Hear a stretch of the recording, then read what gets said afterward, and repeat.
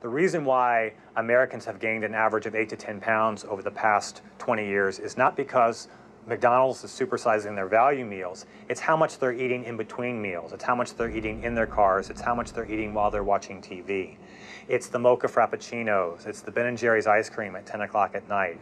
These are responsible for about 25% of the average American's caloric intake. The expansion of the beverage market in this country and the number of high-calorie beverages that most Americans consume are probably more responsible for America's weight gain over the past 20 or 30 years than anything having to do with our actual meal sizes.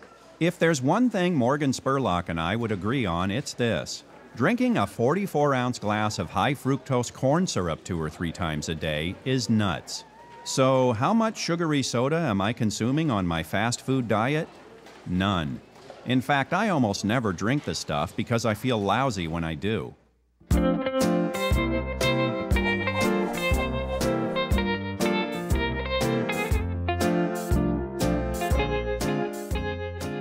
And furthermore, if you look at those, the religious dry activists, they made all the same arguments about it was bad for your family and it was bad for your health, and they made all the kinds of practical arguments that the public health people make.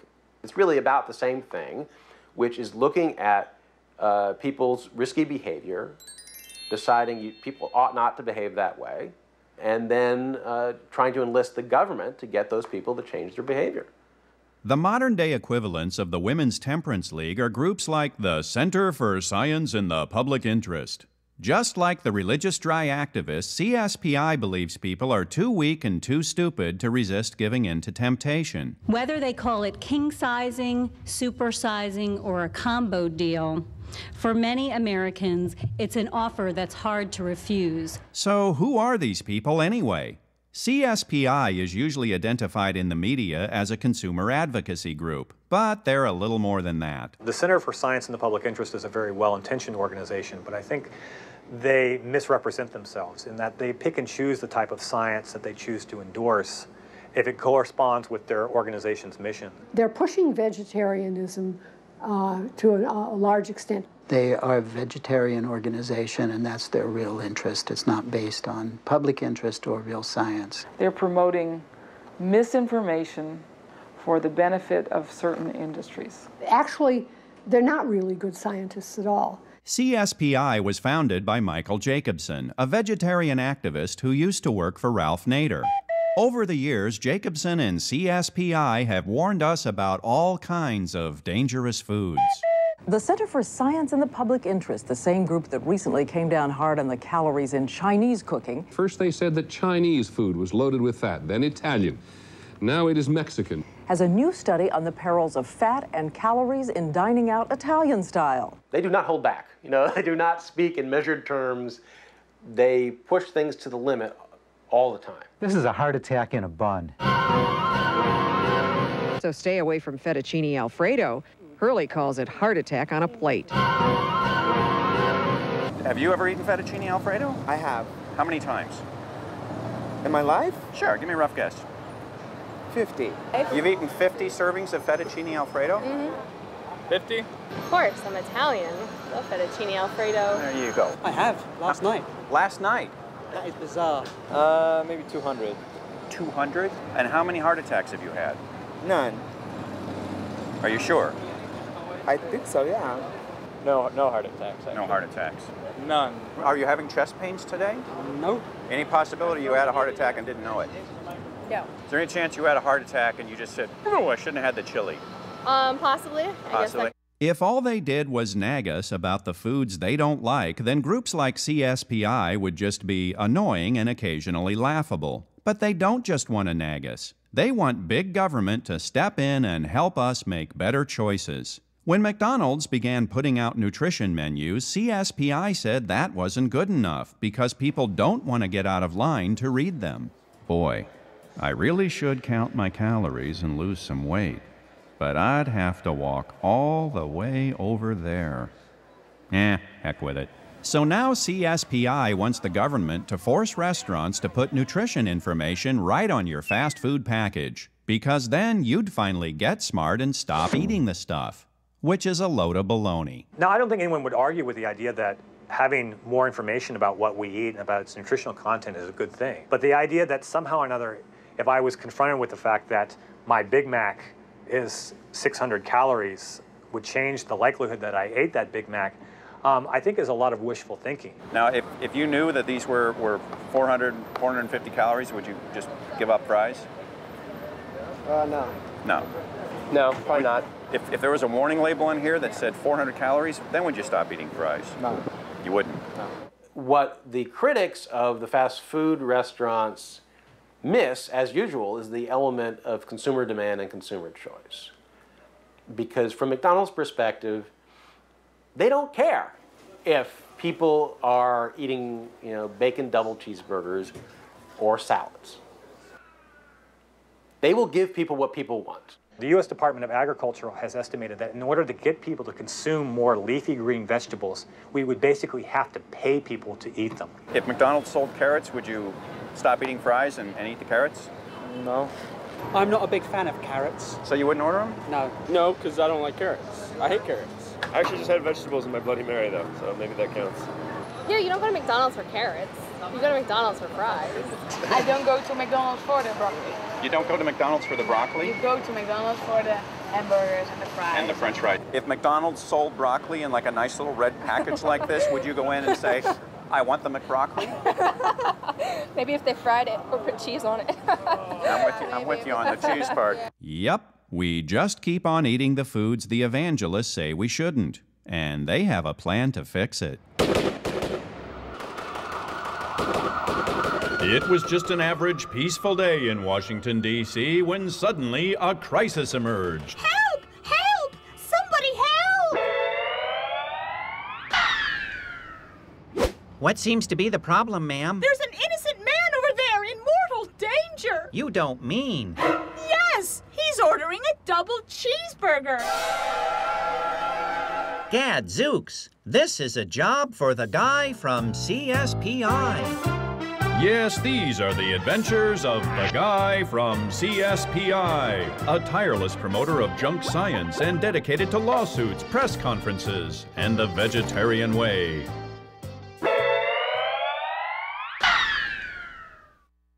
And would you like fries with that? Yeah, let me have a large... Stop!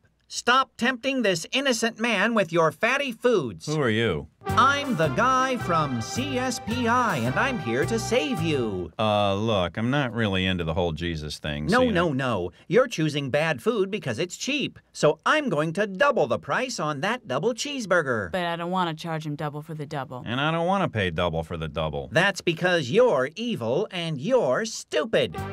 Using his twin powers of taxation and regulation, CSPI guy quickly doubled the prices on burgers, fries, and desserts, and forced the evil restaurant to offer the customer a variety of munchy, delicious vegetables at a cheap and subsidized price. There, that ought to do it. It is now safe to order lunch. But I only have $3 on me. You can get the tofu broccoli salad for $2.75. A delicious and healthy choice, sir. Yeah, right. Thanks, CSPI guy.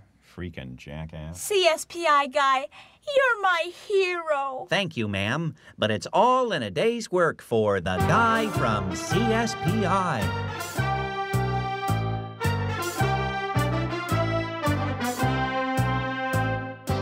And since we can't be trusted to make decisions for ourselves, we certainly can't be trusted to make decisions for our kids. So the evangelists want to get rid of that whole annoying freedom of speech concept and put a stop to marketing efforts that are directed at children.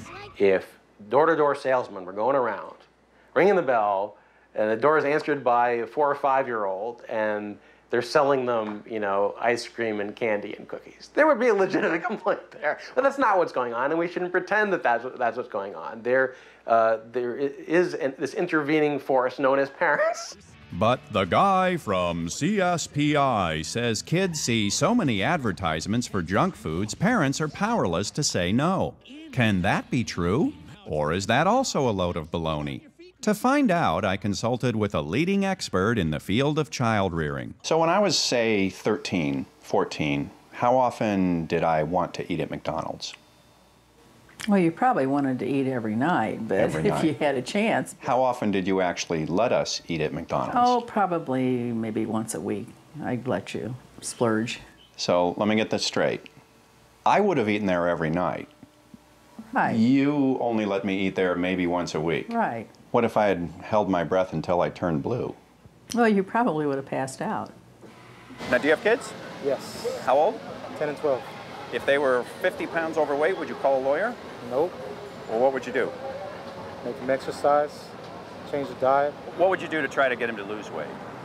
Exercise. I would take them walking, try to play tennis, basketball, run, swim, probably all in one day. When I was growing up in Iowa, I would start my day with a nice nutritious breakfast of Sugar Smacks, Sugar Pops, or Sugar Frosted Flakes with full-fat whole milk, then walk to school. Didn't seem like a long walk, and according to MapQuest, it was 6/10 of a mile. But back in those days, the schools didn't feed us lunch. Our moms did. So I'd walk home for, say, a bowl of tomato soup and a full-fat bologna sandwich on white bread with a piece of cheese and plenty of mayonnaise, walk back for my afternoon classes, then home again. By the time 3:30 rolled around, I'd already walked almost 2.5 miles. And that's just the beginning, because for the next 2 hours or so, my friends and I would exercise. We didn't call it exercise. We called it playing outside. Go to any school these days around 3 o'clock and this is what you'll probably see. Dozens of moms and dads parked in front of the school waiting to give their overweight kids a ride home. And I live in a small school district. Most of these kids could easily walk. The side streets in my neighborhood are usually pretty quiet, but around 3:15 on school days, they look like this. A lot of kids couldn't walk home from school even if they wanted to. Thanks to a handful of judges, millions of American school children spend 2, 3, even 4 hours a day on one of these. Forget about playing outside until dinner time. When these kids get home, it is dinner time. And once kids do get home, the only exercise a lot of them get is picking up a joystick or a TV remote. Numerous studies have shown that the more TV kids watch, the fatter they tend to be. The fast food haters say it's because they see more fast food commercials. Well, here's another idea. Maybe it's because they spend so much time sitting down. Well, most of them anyway. And if you think American kids are inactive, American adults these days are practically inert.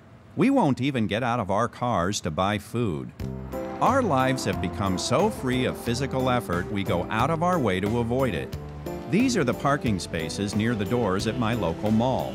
We get actual traffic jams here, complete with honking horns and colorful language. If you walk out of the mall and into this area, people in their cars will follow you in case you're giving up a close parking space. It's actually kind of creepy. Meanwhile, far away from the doors, the parking lot looks like this. That's my car there. Inside the mall, the escalators get a lot of traffic and people actually wait in line for the elevator. As for the stairs, you could cover these things in super glue and nobody would notice. Until relatively recently, people typically made a living through back-breaking labor. Typically. One could argue that our weight gain is a sign of our success. The fact that most of us can eat whatever we want when we want, that most of us don't have to toil in any kind of physical activity, that we're able to amuse ourselves in a manner that's not physically taxing, is something that most people want. No way would I say, let's go back to the way things used to be so everybody can be thinner. For one thing, they would still be dying much earlier than they are now. I mean, despite the fact that they were fatter, we're living longer than ever before. This is 1,450 calories of beef, bacon, bun, and cheese. Hardee's calls it the Monster Thick Burger. Their sister company, Carl's Jr., calls it the Double $6 Burger. The Center for Science in the Public Interest calls it a heart attack in a bun. After I eat this, my calorie count for the day will still be about 2,200. If I die after I eat it, I'll have my wife contribute, I don't know, $6 to CSPI. It's about 1:15 in the morning, and I'm awake because I feel great. Really, I feel great.